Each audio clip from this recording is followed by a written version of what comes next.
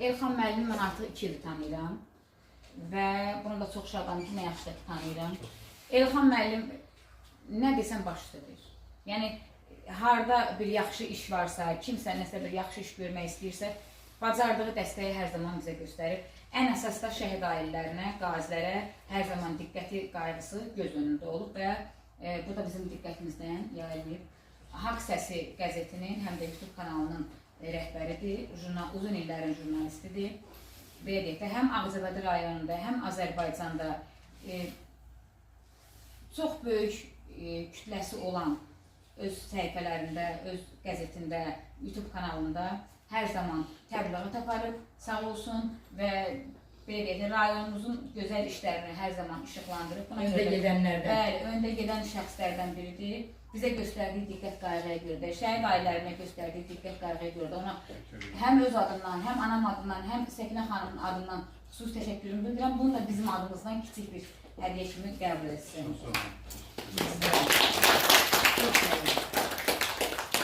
Sən şəkil istəyəcək oradan. Sən də gəl.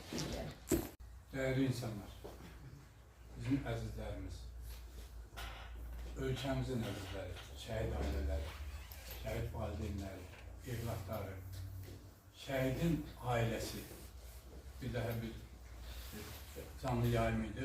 Orada şəhid yoldaşı ağlaya-ağlaya deyir ki, xahiş edirəm bizi yaddan çıxartın. Nəysə, mənim üçün 34 il bu sahədə çalışsam da ən böyük dəyər sizin mənə verdiyiniz, təşəkkür edirəm, kollektivimizə də ən böyük dəyərli bir ödül. Təşəkkür edirəm sizə. Mən təşəkkür edirəm şəhid ailələrinə. Mən təşəkkür edirəm şəhidlərimizə. Təşəkkür edirəm şəhidlərimizi ananlara, həmişə qəlbində yaşadanlara. Ki, bu günlərim onların sayəsində də mən buna nail ola bildim, sizin sayənizdə də həm də. Bir onu demək istəyirəm ki, bütün istər məmur olsun, istər dövlət xadimi olsun, ictimai təşkilatlar olsun, yer üzündə yaşayan insanlara səslənirəm. Elə bilməyin ki, şəhid arxasızdır, təhdir. Onun valideyni olmaya da bilər. Amma onun ən dəyərli kainatın sahibi olan Allahlar. O unutmayacaq. Onu onlar bilsin.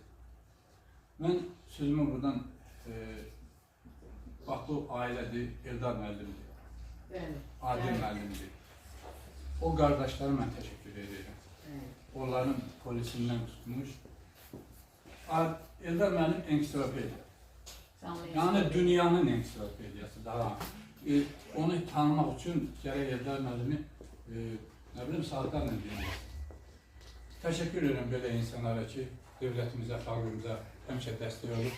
Valla Ulu Öndərə rəhmət eləsin. Onu bizə qoyub, miras qoyub getdiyi İlham Əliyevə Allahdan sağlıq versin ki, o xalqını sevir.